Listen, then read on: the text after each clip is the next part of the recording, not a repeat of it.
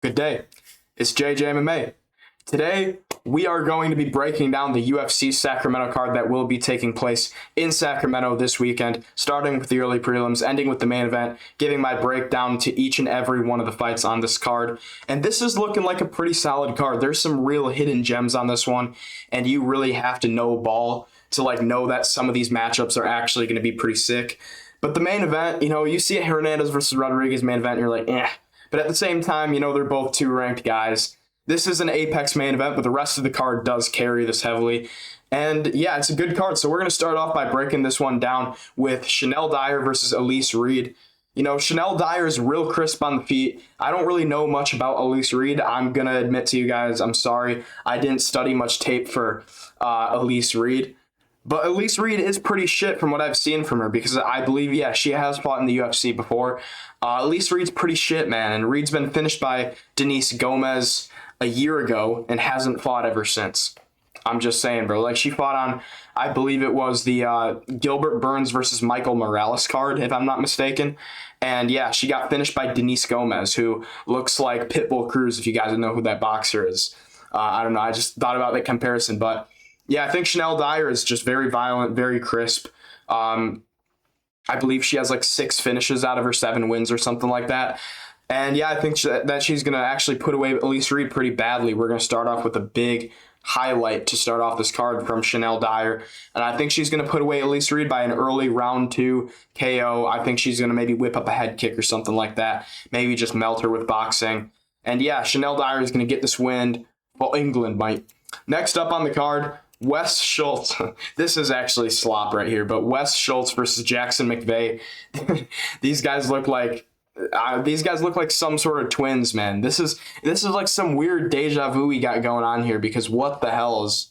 These guys look like some brothers from another mother. What the hell is going on here? But yeah, I'm pretty sure this guy's nickname like Tarzan or something like Strickland was. And this is Party Time Wes Schultz. We know Party Time Wes Schultz. Name of the channel, Party Time Wes Schultz. But my real breakdown of this one is both guys are pretty shit, man. Both guys are pretty shit, even though they're coming off wins. Wes Schultz coming off a fluke win against Ben Johnston, and Jackson McVey's coming off a win against Cedricus Dumas. I can't even call that a fluke just because of how shit Dumas is. But yeah, I mean, McVey is very chinny to subs, and that's kind of what I've noticed, looking at his record especially and looking at his fights. He is chinny to subs, even though he did just sub Dumas. But subbing Dumas isn't like... oh my gosh, you just beat some high-level fighter or something, or you had a really impressive win. Also, what I'm noticing here in McVey's build is this calf to quad ratio is actually crazy. If you look at it, his calf is actually bigger than his quad, which that's actually pretty nuts, man. And low-key, man, Wes Schultz can chop those leg kicks. But on the feet, Wes Schultz is kind of shit, and we'll talk about that in a second. But yeah, I mean, the only thing that Wes Schultz is good at is submitting people. And Jackson McVey's chinny to sub, so there you go. And I don't really know why he's McVey's a minus 180 favorite here because of that reason. Wes Schultz, pretty good at submitting people. Actually has a good submission game when he can get you there. But Jackson McVey is chinny to subs on the other hand. Why is McVey a favorite? It doesn't make any sense to me. Watching the tape, I don't really understand either. And, Party Time Wes Schultz, man, he was losing 2-0 to Ben Johnston and fluked him with a guillotine at the end of the third. I believe it was a guillotine, if I'm not mistaken. I faintly remember that watching that fight. I was on 2 HP from waking up early for the Perth card. But yeah, I mean, Wes has actually quite a crafty bag of submissions in his arsenal. So that's what I think will happen, man. Wes is shit on the feet. He'll probably get pieced up by McVey a bit to start the fight. Whenever they're on the feet, I do think McVey wins those exchanges. But I don't think Wes Schultz gets chinned because, McVey isn't Damian Panas, and he don't got that Panas power, bro. He don't got that legendary penis power. I keep calling him Panas. I don't know if it's Panas or penis, but we'll just keep calling him penis for the memes, man. He don't got the penis power. He don't got the penis power like Damian Penis. I'm just saying, man. McVey don't have that penis power. So I'm going to pick Wes Schultz to win this one by round 2 submission. I feel like he'll cockroach his way into a round 2 submission after being pieced up a little bit on the feet by McVey. But yeah, that's my prediction for this fight. Next up on the card, Gage Young versus Stan Dorsainvil. Stan Dorsainvil, interesting. He was supposed to fight Cody Steele, but Cody Steele did pull out of this fight. And I think Gage Young would have beaten him. But I mean, from this guy's tape right here, I actually have watched some tape on Stan Dorsainvil. He's actually representing Haiti, so you don't really see many Haitian fighters in the UFC, so that's pretty cool, I guess. Even though that place has been in the dumps for a real long time. Anyways, his opponent, Stan Dorsainvil, he looks good, but he's not proven yet. That's the thing. There's a reason that there's this locked character, black silhouette fighter outline picture of him. It's because he isn't proven yet, the reason that is because he hasn't made his debut in the UFC yet, and he hasn't taken his pictures on media day yet. But he's not proven yet from what I've seen. He's 5-0, hasn't fought the best of opponents. His last performance was in May, and he got a third-round TKO against someone who's actually pretty decent. But his last fight before that was 2 years ago. And honestly, I don't think he's beating a higher-level UFC fighter on short notice like Gage Young. And Gage Young, he took Salkeld the distance. Gage Young isn't that great based off his performances, his recent performances. And that's kind of why, I don't think Gage Young will finish Stan Dorsainvil in this one, because I think he'll probably end up taking Dorsainvil to decision, because in his last fight, he couldn't finish Thiago Moises, so he took to a split decision. I'm just saying, man, Thiago Moises in the big 26, taking him to a split decision, really? I don't know, man. Hopefully Gage Young can, learn from these fights and stuff like that, because I like Gage Young. He seems like a cool fighter and all that. But I think he'll win pretty dominantly on the feet to a tune of a 29-28 decision. Pretty clear 29-28. Stan Dorsainvil does look pretty decent, actually. But, I just think that this is too short notice, and he's not really proven yet. If he does win, that's good for him. He is only a plus 125 dog for a reason, because Gage Young isn't really, he hasn't had the greatest performance in the UFC. Really kind of just taking Salkeld the decision merchant, if we're being honest. And, Stan Dorsainvil has had some good fights on the regional scene. But, I think Gage Young's going to win this one by a 29-28 decision. All right, dude. Next up on the card, Marcio Barbosa versus Ryan Kuse. I think that's how you say it, Ryan Kuse, right? I'm not too sure how you say that name. No disrespect to Ryan Kuse. But, I think an immediate slime-out KO is inevitable here for Marcio Barbosa. Let's just be honest, guys. He's a minus 850 favorite for a reason. And I think he's just too powerful, man.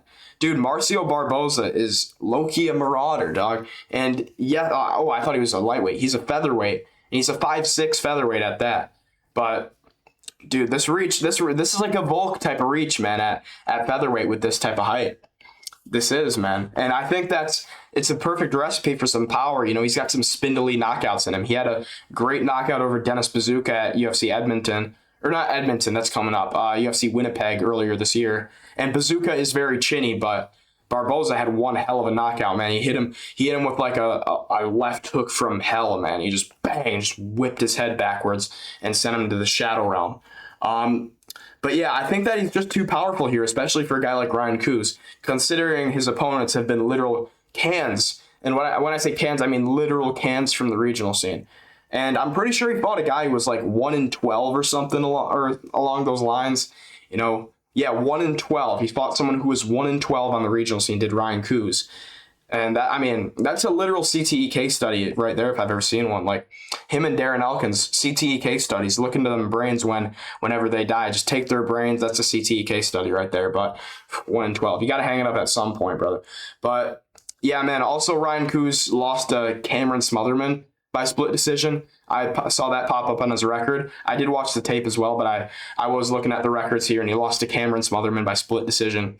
Not the greatest look, man. So, I think that Marcio Barbosa is going to win this one by an immediate slime-out KO in round 1, similar to how he did his last opponent. You know what I'm saying? I think it's going to be pretty brutal. And, Marcio Barbosa is pretty good as well. I believe he's had some other crafty wins on his record, too. I believe he knocked out another Brazilian or something. Somebody knocked out Mauricio Huffy. It might be Manuel Sosa. Yeah, that was Manuel Sosa who knocked out Mauricio Huffy. I'm forgetting. But Marcio Barbosa, immediate slime-out KO in round 1. All right, dude. Next up on the card, we got Chris Padilla versus Nasrat Haqparast. Yeah, I've never noticed this about Nasrat Haqparast, but his nipples are literally caving in, if you guys see that. He's got like some inverse gyno going on here. It's really interesting. I don't know why I just point that out, but anyways, man, yeah, Chris Padilla versus Nasrat Haqparast. This is a toss-up of a fight, and it could go either way, in my opinion, because this is for sure going to decision. You know, the way that I see, I think this is for sure going to be a pretty hard-fought, scrappy decision win for either guy. But I think that there's a pretty clear-cut winner here, and I'll explain it to you right now. Because when you look at Nasrat Haqparast and you look at his fights, he is a decent fighter, and he was on a 5-fight win streak before the GOAT Quillen sent him to the underworld, of course. You know, his parents own a bakery, and then this fucking nasty head kick grazes the crown of his head, and Haqparast twitching on the canvas, as John Anik says. Still one of the best knockouts in recent memory, dude. Salkill absolutely bombed him with that head kick. But anyways, we're gonna talk about Haqparast as a fighter, not just that fight. But I think that Chris Padilla has been looking better in his fights as of late. You know, I want to talk about Chris Padilla now. We've kind of been missing out on talking about some Chris Padilla here because he is looking like a great fighter as of late. He's had some real crafty performances.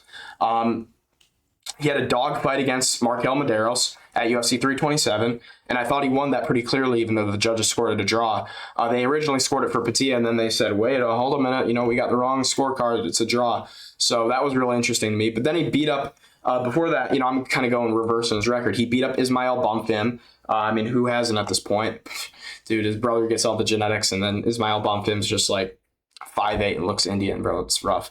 And then Padilla had a doctor stoppage win against Rong Zhu, which I think is actually pretty crafty. What else? Yeah, I mean that's pretty much what's notable, man. That's what's notable about this record. He took someone to decision who I'm thinking about as well. But yeah, I'm blanking there. But where I feel like Haqparast is just barely winning his fights. You know, split decision against Esteban Ribovic. No shame in that. He actually won that, but I mean, a lot of people didn't think he did. I feel like Haqparast is just barely scraping past in some of his fights, and he's always winning decisions, whereas Chris Padilla's really going to war, you know, putting guys out, beating up Ismail Bonfim, leaving a bunch of marks on Markel Mederos' face, doctor stoppage against Rong Zhu. Rong Zhu is actually pretty decent, and he's fighting on the Noche card against Rafa Garcia. Yeah, I think that Padilla is just going to bring the scrap, and Haqparast will get beaten in a pretty dominant decision. I think it's going to be, I think it's going to be a hell of a scrap, actually. This is going to be one of the better fights of the night. And this card's going to be pretty good, in my opinion. I think this will be actually quite the banger of a card. A lot of wars in this one. Not too many first-round finishes, but there will be the fair share of those. But there's going to be some 3-round wars in this one as well.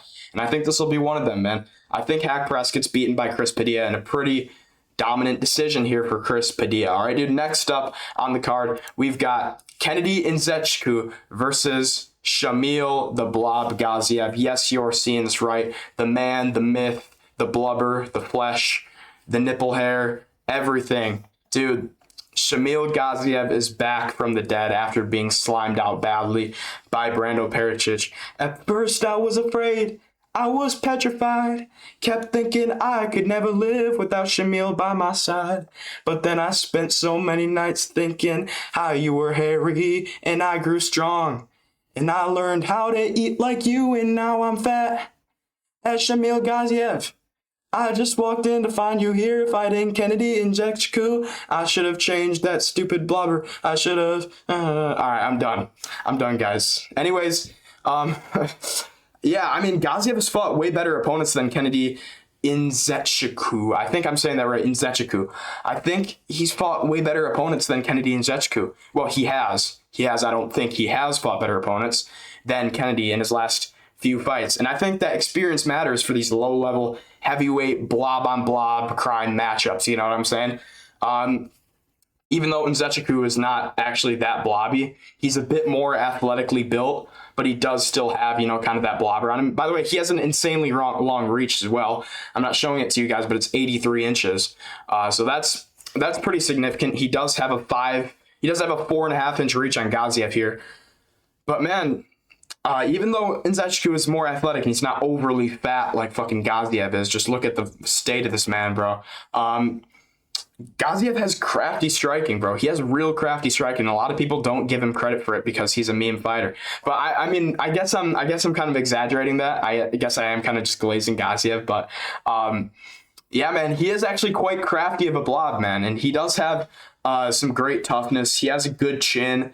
And he mixes in his wrestling, man. He mixes in a body lock, knees to the thigh. He actually tripped out Brando Pericic and got a takedown. And dude, that wrestling worked for a second against Brando Pericic, who was quite a good fighter. But Brando Pericic did also get taken down by Lewis Sutherland at one point. So yeah, Brando Pericic is going to have to work on that. But I mean, at the same time, man, Shamil Gaziev is a real crafty blob. And I think that he's going to get this one done by decision. I think that this is actually going to be a pretty hard fought fight. I think that Nzechukwu will probably win round 3 just based on how terrible Shamil Gaziev's cardio is. I mean, every time this guy enters round 2, like, dude, I'd say halfway through round 1, he's already mouth breathing, going, like he's breathing like some sort of bird, like a bird without like a proper way to breathe out of like the holes in its beak. You know, he's just going. He like when he opens his mouth, when he's mouth breathing, he looks like a snapping turtle of some sort. But yeah, I think that Gaziev's going to get this one done. I think it'll be a pretty close decision. But I do think that'll do more damage in this fight, and he could also put out Nzechukwu. I just hope that he doesn't get put out badly again like he did against Pericic, like he did against Waldo Cortez Acosta. And I don't think he will. I think he's going to win this fight against Kennedy Nzechukwu, all right, dude? Kind of an Olberg merchant also. That win over Olberg just really kind of boosts Kennedy Nzechukwu at light heavyweight. And other than that, you know, he's really got nothing going in his career. You know what I'm saying? So Gaziev's getting this one done by decision. All right, dude. Next up on the card, Jamal Emmers versus Larian Douglas. The girth, the ton. All right, I'm saying that because of bedtime, bro. But yeah, man, this is such a banger, bro. Larian Douglas is back. I don't think Jamal Emmers stands much of a chance in this one, to be honest with you. But Emmers can be a bit crafty in some of his performances, so I can't really rule him out yet. You know, we've had crazier things happen with Wells fluking oral by. I just don't think it's that I don't think it's that kind of matchup, though. You know what I'm saying? Dude, Jamal Emmers got KO'd by Nate the Train Landwehr 2 years ago, so not that long ago. And I get it. That's when Landwehr was kind of on a bit more of a winning streak until Do Ho Choi beat him. Excuse me. But ever since then, you know, he's beaten this Brazilian dude with like a 1930s mustache who's like 17-10. He's got like the what's the guy who fought O'Malley? Oh yeah, Eddie Wineland. He's got like the Wineland mustache. And Hyder Emil. And I think Hyder Emil is actually pretty shit for a UFC fighter. No clue how his record was like 11-0 at one point in his career, because Hyder Emil is actually kind of shit. You know, I watched his performance against C-Rod, and he looks like he has no business being in there on the feet, and he's actually quite an unk too. So I would kind of discredit that Hyder Emil win a bit from him, even though Hyder Emil was on a bit of a streak at the time, I'm pretty sure. But, you know, in that time, in that 2-year period since, you know, Jamal Emmers has had those 3 fights where he's been KO'd by Nate the Train Landwehr and beaten the Brazilian dude with the 1930s mustache and Hyder Emil. You know, so that's 3 fights in there, and he's 2-1 there. Not very good wins. But in that time, Larian Douglas has had 5 fights on the other hand, winning all of them by TKO in the first 2 rounds against decent opponents as well. He won the LFA belt off of Javier Reyes, who's a Colombian UFC fighter. Just got smoked in his recent performance against Con Oakley. But, you know, I told you guys that Javier Reyes is a shit prospect. But, yeah, and I mean, he smoked him in round 2 with, I think it was some sort of left hook or something like that. But he absolutely smoked him with a 1-shot KO, I'm pretty sure, in round 2. And he was dropping, dude, in his first UFC fight. He had an amazing performance against Julian Erosa at UFC Seattle, where he's just dropping him on multiple occasions in round 1 with a nasty jab, stiff jab, until the ref stopped it. Every time he would throw a jab, hang, hang, hang, hang. Every time it would land and it would drop Julian Erosa. Julian Erosa just kept on taking damage. And, dude, you don't see many people do Julian Erosa like that. Like, Julian Erosa had a hell of a scrap with Melchizedek Costa. And Larian Douglas did that to him. I think it's pretty impressive, man, despite what your guys' opinions may be on Julian Erosa. But, yeah, I mean, this dude is a sick fighter with some real nasty KO power. And I think he's going to catch Emmers on the chin. And I think he's going to starch him out badly in round 1. I think Larian Douglas is going to keep this hype train going. And yeah, I think Larry Douglas is going to get the win by a nasty round 1 KO. I think it'll be one shot. He's going to land on this chin right here, and he's going to absolutely obliterate Jamal Emmers, in my opinion. Yeah, hopefully no flukes happen just like it happened to Orlby, because I like Larry Douglas. So let's move on to the next fight up the card. On to the main card, man. Anthony Wint versus Terrence Chatman. Dude, Anthony Wint, if you guys don't know about this guy, he was a former New York Jets linebacker, and he just debuted on the Contender Series last week, week 1 of the Contender Series, in the main event of the Contender Series. And he finished his opponent in 34 seconds. And his opponent, yes, he was kind of shit, and it was kind of set up for Anthony Wint to get that highlight reel finish. But, he didn't starch him out cold. It was just like, he knocked him down for a second and then ground and pound on the ground. And the guy wasn't defending himself. An immediate TKO win. It was kind of like an Anthony Smith. Kind of a bit of a fraudulent win. I feel like the guy was kind of scared of Anthony Wint, to be honest with you. But anyways, I've been studying the tape on Wint's opponent, Terrence Chatman here. The mysterious unlocked character, or locked character that we have on the right side of our screen. $1 billion company, by the way. Can't even put in a picture of him from another promotion or something like that. But I've been watching Terrence Chatman's tape right here, right? And he looks like shit. He looks like absolute shit, man. He looks like a barely UFC heavyweight division level blob. That just has no craftiness whatsoever. Like, if Shamil Gaziev was out there, he had no power in his hands. He had no ability to wrestle. If Shamil Gaziev was like, no, well, he doesn't look like Shamil Gaziev. He has a better build than Shamil Gaziev. That's not really hard to achieve, but you know what I'm saying? And Anthony Wint, on the other hand, right here, is coming off an incredible, immediate 34-second, I guess I can't really say incredible, but an immediate 34-second TKO win on the Contender Series. And he looked like a real nasty prospect so far in his other fights. I forget what other promotion he fought in, but he's looked good there as well. He's looked very explosive. He's carrying over that NFL athleticism. And I think that's a great base to have in this heavyweight division, man. And he's 5'11" with a 78-inch reach. 78-inch reach. That's actually pretty crazy, man. And that probably, I guess he was 5'11", so maybe he wasn't that great of a linebacker. And I do watch the NFL, and I don't remember hearing this guy's name, but yeah, man, Anthony Wint, bro, I think he's gonna destroy this Terrence Chatman, dude. And it's only like a week after his first fight. Maybe 2 weeks. 1.5 weeks, just like 1.5 weeks after his fight on the Contender Series with the one blob. And yeah, man, I think Wint loses some fights further down the line in his career, but it's going to take a real good heavyweight to end his streak. Like, it's going to take a Josh Hogan, or it's going to take a Gable Steveson. Like, Wint's going to probably run through Steven Asplund, man. You know what I'm saying? I'm a big fan of Asplund. I am an Asplunder, but I just think that Anthony Wint's probably just too athletic for that prototype. You know what I'm saying? Yeah, and it's going to take a real good heavyweight to end his streak, but it ain't happening now for sure, and I think that he's going to get the round 1 TKO obliteration of Terrence Chatman, whichever way he wants it. We all know it's coming. He's a minus 1,000 favorite, but, Terrence Chatman proved me wrong. I'd like to see it, man. You know what I'm saying? I would rather have this upset than Orlby getting slept again. You know what I'm saying? Because he's my profile picture, and I love Orlby, and he looks like a caveman, so I really like that about him. You know what I'm saying? But enough about Orlby. I don't know what tangent I went off on there. But yeah, Anthony Wint's getting this one done in round 1. Next up on the card, Carly Judice versus Gisela Chaves. Gisela Chaves is undefeated. She is 8-0. Tapology says 7-0.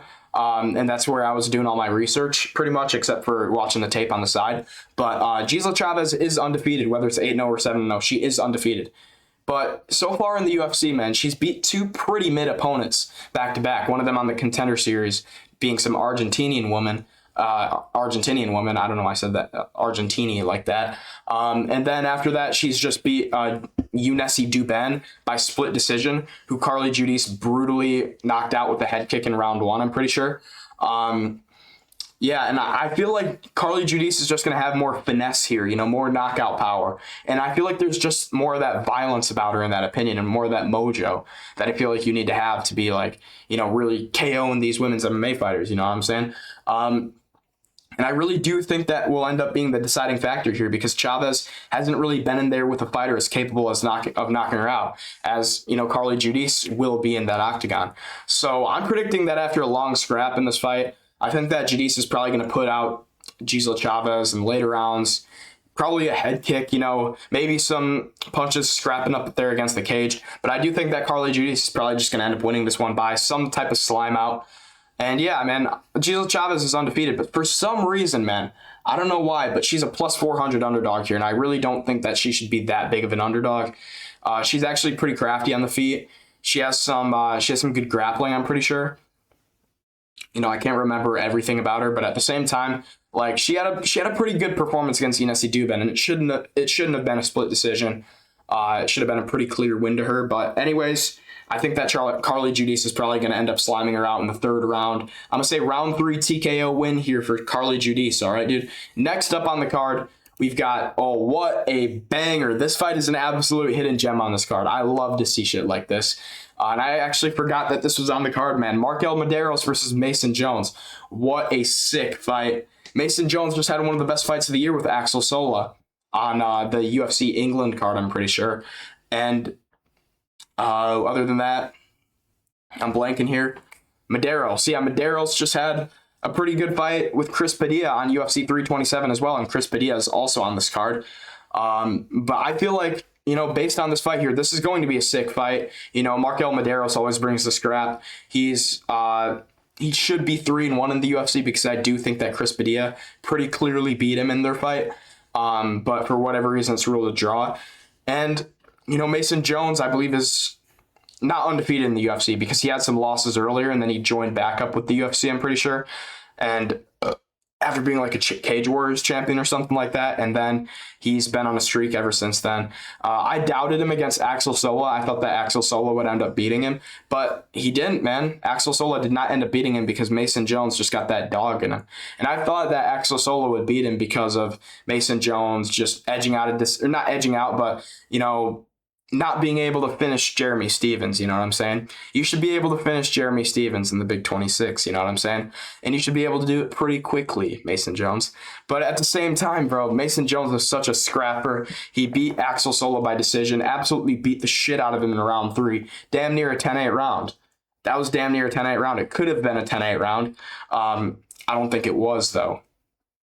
But at the same time, looking at this fight, actually looking at these statistics here and looking at the physicals, looking at the girth between these two lads. Yeah, man, I know that there's a big reach advantage here for Mason Jones. And I just want to highlight that 74-inch to 69.5-inch reach advantage for Mason Jones right there. I think that's going to be somewhat of a factor. And I feel like he'll be able to reach him more. Mason Jones will be able to put the volume on him.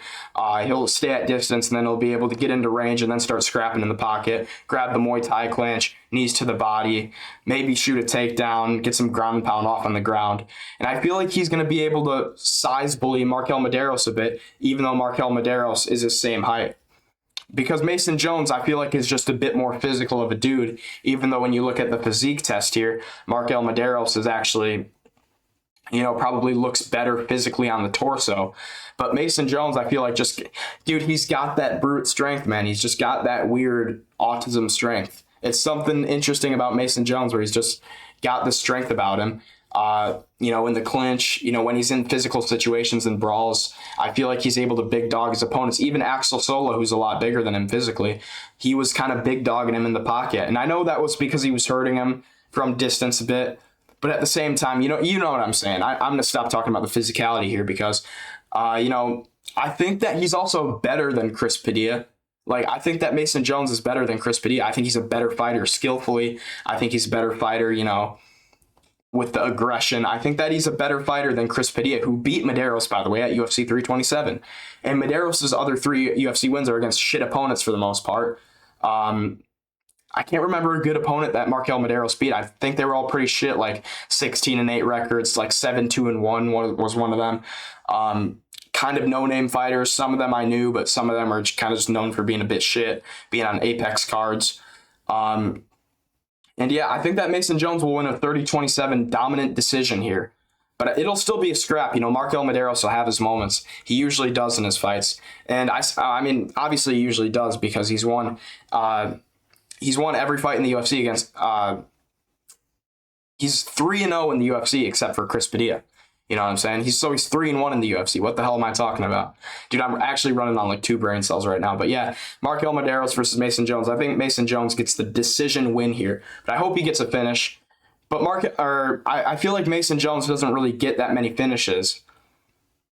You know what I'm saying? I feel like he takes a while to get going. And in a 3-rounder, I don't really see him getting this finish here against Markel Mederos. So he's going to get it done 30-27. All right, dude. Next up on this card, Reinier de Ridder versus Roman Dolidze is the featured fight. Yeah, man. I mean, there's some name value on this card as well, man. Reinier de Ridder and Roman Dolidze are names in the UFC for sure. But I don't like that the UFC matched these guys up. You know, they're both trying to move up to light heavyweight. They're both trying to get a new fresh start at a weight class. Let's give them fights against established 205ers, and maybe we can match them up again in the future. You know, maybe once they're both ranked, or maybe they're both unranked. Let them test themselves against other heavier guys who are established in the division first before matching them up against each other. I don't like that. I don't like that at all. And a lot of people don't like this matchup either. I don't know why is this matchup happening at light heavyweight? I don't understand, bro. But anyways, I just don't really see a world where Dolidze wins this. RDR doesn't have to cut much weight anymore. You know, he's 6'4", 78-inch reach, and he has a pretty big physique as well. And he had to make 185 as this large of a man 5 times last year. And I think that's kind of what played into him gassing out completely after round 1, you know, against Brendan Allen. And I think he would have won that fight had he not gassed out like that. But you know what I'm saying? Yeah, he was very active last year. At the start of this year, he lost a fight to Caio Borralho, who's one of the better fighters in the middleweight division. But I think that him fighting Roman Dolidze moving up at his natural weight class, I think only benefits him. And I don't see a world where Dolidze wins this matchup. You know, like RDR has the grappling advantage, you know, the submissions on the ground, the body lock takedowns. He's much bigger than Dolidze, as I just mentioned. He's more powerful on the feet. Nice little step and knees to the body. He caught Bo Nickel with it. People forget, man. Yeah, I feel like Reinier de Ridder has pretty much every conceived advantage here, except for speed. You know, Reinier de Ridder is a pretty slow fighter. You know, he's very geriatric with his striking. Chin way up in the air. He looks like he's going to get chinned, but he never does. He actually has quite a good chin. He did get knocked down by Robert Whitaker, though, but no shame in that, dude. Hey, everybody lose to Bobby Knuckles, mate. Dude, I love Robert Whitaker, bro. When is he going to fight again? I love Bobby Knuckles, bro. Just made me realize that. But, yeah, I mean, anyways, later on in the fight, I think that this is the way that it's going to go, bro. Later on in the fight, I do think that RDR will get, like, that body lock takedown like he usually does against opponents that are a bit smaller than him, also aren't a bit, you know, aren't as skilled as him or able to defend as well against the cage like Caio Borralho. I think that Reinier de Ridder will be able to get his body lock takedown on Roman Dolidze, and I think he will immediately be able to pass him out. You know, Roman Dolidze, I feel like he's just going to be a bit labored, like even going into round 2. I think that this will happen in round 2. I think that as de Ridder gets his body lock takedown, he's going to pass immediately into mount. And once he passes into mount, he's got a deep bag of submissions there, and he's real good at a lot of them, especially for a heavier guy. And I think he's going to sub him with an arm triangle. Arm triangle, head and arm. He doesn't really go for the head and arm. He's better at the arm triangle. So yeah, I think that he's going to submit Roman Dolidze with this arm triangle. And yeah, he's going to get it done. He's going to get it done by round 2 arm triangle submission. That's the way I see this one going. Next up on the card, man. The co-main event, Sergey Spivac versus Vitor Petrino. Interesting fight. Actually, a very interesting fight, man. I like that this is on this card. Number 6 ranked, I believe, in the heavyweight division. Yeah, number 6 ranked in the heavyweight division versus unranked. And Vitor Petrino is brutally mogging Sergey Spivac right now. I just noticed that. But an absolutely brutal mog here from Vitor Petrino on Spivac. But, you know, back to the fight, man. Sergey Spivac really only beats non-athletic blobs. And I guess that kind of does play into the fight, you know what I'm saying? Like, he does really only beat these non-athletic blobs, you know, submitting Marcin Tybura. Who else has he submitted? I feel like, oh no, I don't. I was trying to do an Ngannou impression, but I'm out of touch with it. I don't know. I'm so confused. But yeah, I mean, dude, Sergey Spivac really only beats these kind of non-athletic blobs, man. But he did have a great performance against Ante Dolidze, on the other hand, on the feet in his last fight, jabbing him up at distance, making his nose bleed. He had a great performance on the feet. But I think I think Vitor Petrino is better than Ante Dolidze on the feet. Even though he's not ranked, and he's way stronger and more athletic. And I feel like a lot of that comes from the move up from light heavyweight. His experience, he's got a lot more experience in. Obviously, he's mogging Sergey Spivac, and I think that may play a factor into it as well. Obviously, the physique here, he's an explosive man when he's in the cage. Pause. I know I'm kind of glazing the physique here. I need to stop. It's getting kind of gay, but nah. I was low-key mad as hell when he beat Steven Asplund. I'm an Asplender, as I mentioned earlier in the video. But yeah, man, I think that he's just stronger and more athletic than an Ante Dolidze on the feet. And I think that Spivac's crafty, like semi-blob prototype, I think it will catch up to him in this fight. Because we saw what happened to Steven Asplund when he was plotting around the cage against Vitor Petrino. As much as I love Asplund, when he was plotting around that cage against Vitor Petrino, he got pieced up in rounds 2 and 3. Yes, he had that flash knockdown of Petrino in round 1, and I was like, oh, holy shit, Petrino's kind of chinny. He got knocked out by Dustin Jacoby. He got submitted by fucking Anthony Smith, But I think Asplund's loss to Petrino is going to age like fine wine here. And if you can't tell where my prediction's trending, it's trending towards Petrino. And that's because Petrino's been looking real sharp at heavyweight so far, man. And even though he literally got submitted by Anthony Lionheart Smith at light heavyweight, he's getting it done against Sergey Spivac, man. I don't care, bro. I know he's a slight favorite in this fight, and I do actually think it should be more even. He's at minus 150 right now, if you guys can't see that. But yeah, size is pretty similar here in reach. Size is pretty similar in height. And I think that Vitor Petrino's getting it done over Sergey Spivac here. I think he's going to get it done. I don't think he's going to get the KO. Sergey Spivac ain't really that chinny. And he really only gets chinned by guys who are like way bigger than him. Like I feel like an Aspinall chins him, you know what I'm saying? He already has. I'm talking about guys who have chinned him. Like Lagon James has chinned him. Shout out Lucas Tracy for that one. Lagon James. But yeah, James has chinned him. I believe there were back of the head shots in that one as well. That there's always something in every Gon fight. It's quite the trend. Awesome that the UFC keeps giving him opportunities for cheating his way into a title shot. So good shit UFC. But anyways, Vitor Petrino's getting this one done, I think, by decision. I think he's going to win a decision here. I think it'll be a classic 29-28 decision. Sergey Spivac may take a round off him, jabbing his head off maybe in round 3 or something, showing his experience against Vitor Petrino. But I don't think Petrino's getting chinned by Spivac here. Spivac doesn't really have big power either. He's kind of more of a submission guy. And I don't see him getting his submission off against Vitor Petrino, who's more athletic than Marcin Tybura, who gets caught in, whatever Spivac submitted him with. I believe it was, maybe an arm triangle he got him with, or an arm bar or something like that. So I don't think Sergey Spivac's going to get him in one of those, spidery type submissions. I think that Vitor Petrino is going to win a decision here. I don't think Sergey Spivac's going to get him down once. I don't think he'll have much success in this fight besides maybe jabbing him up a little bit in round 3. He'll win one of the rounds, but Vitor Petrino is going to take this fight by decision. All right, dude. Next up, we're going to move on to the main event of the card. Fluffy Hernandez versus roided up Obama, RoboCop himself.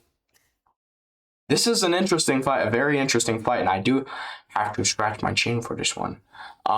It's really hard not to pick Obama to win. I'm going to be honest with you guys. It's really hard not to pick Obama to win here because you would just think, well, he's a lot bigger, more powerful. And wouldn't he just be able to rip to the body on, Fluffy's flabby belly? Wouldn't he just be able to, stick a left-hand body shot in there and just, Anthony Hernandez grabbing his body per usual. He's been finished twice to the body in his career out of 3 fights where he's been finished.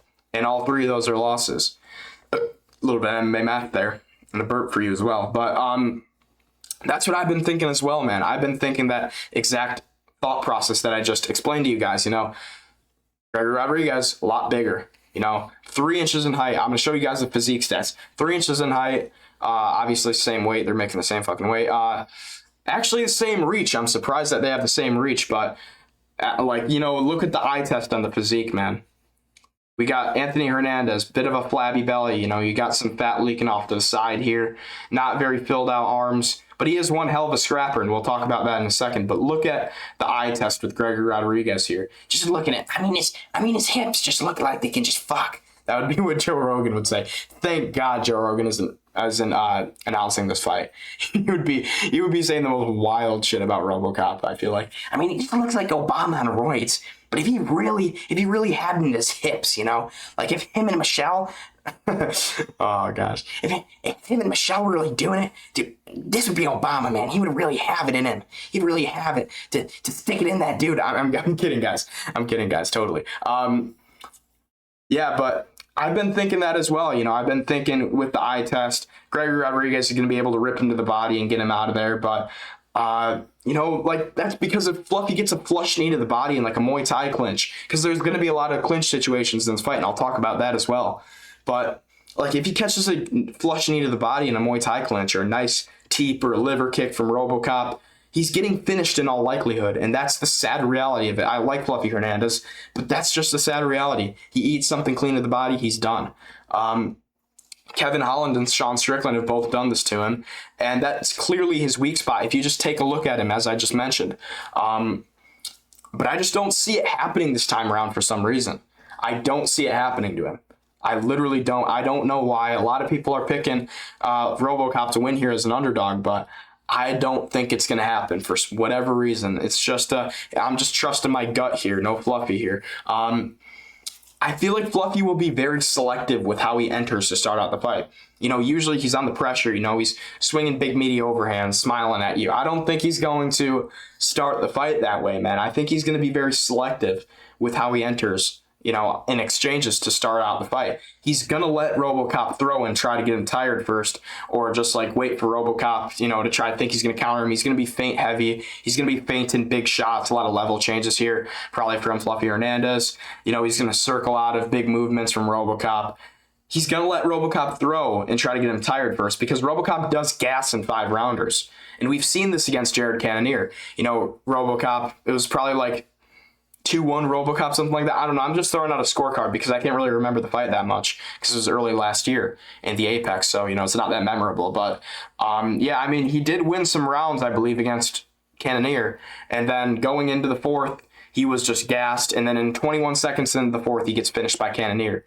Cannonier, who was like 41 at the time. Now he's 43 or something. But, yeah, man, I feel like there's going to be a lot of, as I just mentioned, there will be a lot of clinching early from RoboCop by stuffing Fluffy's takedowns. Like, in that first round, Fluffy's going to shoot at least one takedown. That's what he always does. Like, he's not just going to be feinting and waiting for Rodrigues to throw this whole round.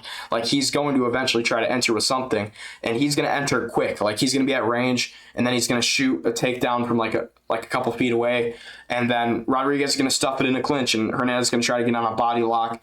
Rodrigues is going to try to break the grip. They're going to be in a clinch situation. And that worries me for Hernandez getting kneed to the body, but I think that he's going to be off to the side. He's going to be smart enough to be off to the side or on the back with this body lock, which is where Rodrigues can't really knee him. But eventually, man, I feel like Fluffy is just going to start putting the volume on him. Like once this fight reaches round 3, maybe late round 2, he's going to start putting the volume on him like a true Mexican fighter would. He's going to start...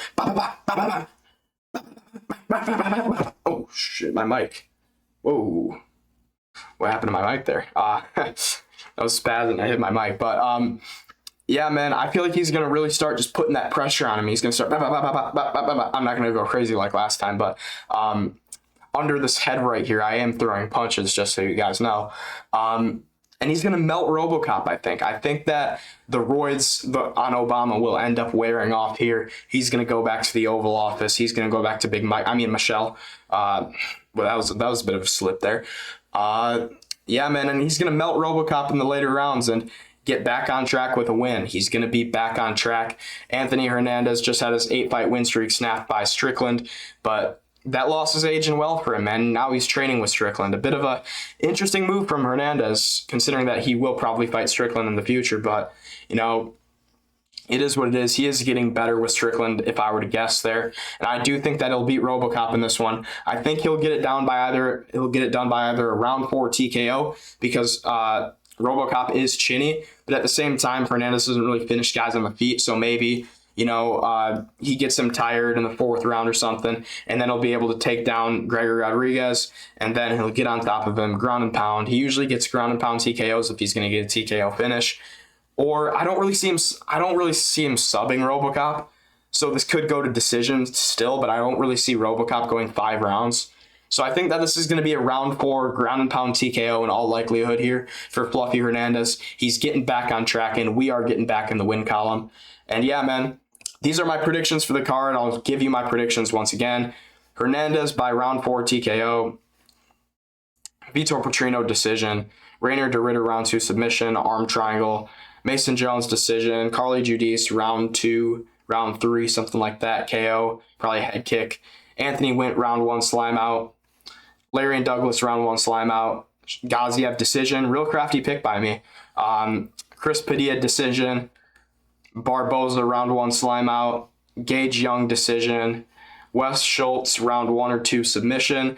And Chanel Dyer round 1 or 2 slime out. All right, dude. These are my picks for the card. Thank you guys for watching. Like and subscribe.